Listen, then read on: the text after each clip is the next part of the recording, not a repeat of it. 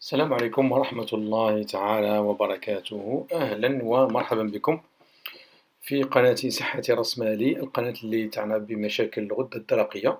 اليوم نتكلمكم على العلاج، سلسلة من طرق وحلول لعلاج تضخم الغدة الدرقية. ناس كثير عندهم القواطر، وهاد القواطر الناس ملقاولهاش الحلول. يقولك شو سبب انتفاخ الغدة الدرقية، كيف نعالجو هاد الغدة الدرقية، ما هو الطريق الأسلم والأنجع. اليوم إن شاء الله جبتكم بطريقة بسيطة جدا جدا وسهلة وموجودة عند الجميع.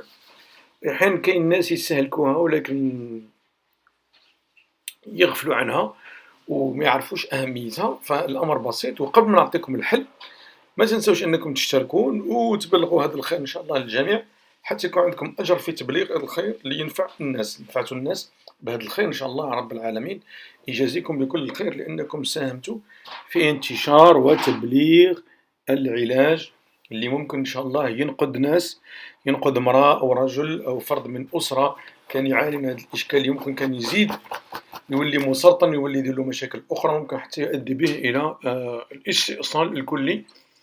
وانتم إن شاء الله بفضل هذا الأمر تكونوا ساهمتوا في الخير. ما هي الأمور اللي تبين بأنه في بداية تضخم الغدة الدرقية، ولو حتى احنا ما نشوفوهاش، يعني كيف هي خارجة ومنتفخة في الجسم؟ كاين أمور تبين بأننا حذاري ممكن يكون عندنا تضخم في الغدة الدرقية. أول شيء وهو نتكلموا على فقدان السريع في الوزن، يعني الوزن تاعنا ينزل ينزل ينزل، ومع نزول الوزن برغم من أننا نأكل كثير أو نأكل جيدا، فحذاري ممكن هذا الأمر يبين بأنه في بداية تضخم الغدة الدرقية. الأمر كذلك اللي يقدر يؤدي إلى تضخم الغدة الدرقية هو خروج وبروز العينين عن الوجه، نشوفوهم خارجين وكأنهم كريات في الوجه.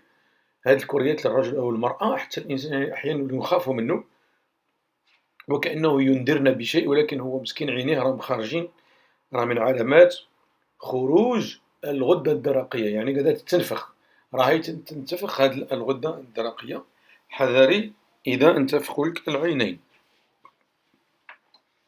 إذا لاحظت بلي كاين هناك هزلان وضعف في الجسم، الإنسان يكون ضعيف نحيف، الوزن كذلك من العلامات، واللي يتعرقوا كثير، يعني تشوفون بين العلاقات وعلامات إفراط نشاط الغدة الدرقية.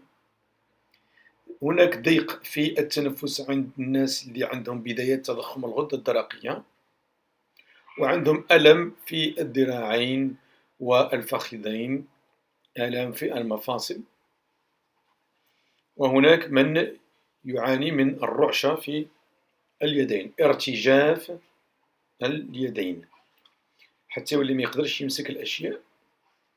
ولدى النساء وهو تبدلات الطمث والدورة الشهرية لدى المرأة، ما تجيش في وقتها، تجي متخلفة أو تجي بغزارة أو أمور يعني تبين كأنها غير عادية بتاتا. إذا المرأة لما تغير لها هذه الدورة فمن بدايات المشاكل الصحية لديها، فلا بد أن تنتبه. إذا هذه بعجالة أعطيتكم الأعراض بها الإنسان ينتبه. إذا جات هذه الأعراض ممكن تؤدي بأنه يشك أنه عنده تضخم الغدة الدرقية. وما هو الحل؟ لو تتذكروا في الفيديوهات اللي من قبل أعطيتكم أوراق الليمون، أعطيتكم الهندباء أو التلفاف، نستعملوها كضمادات على المنطقة المنتفخة.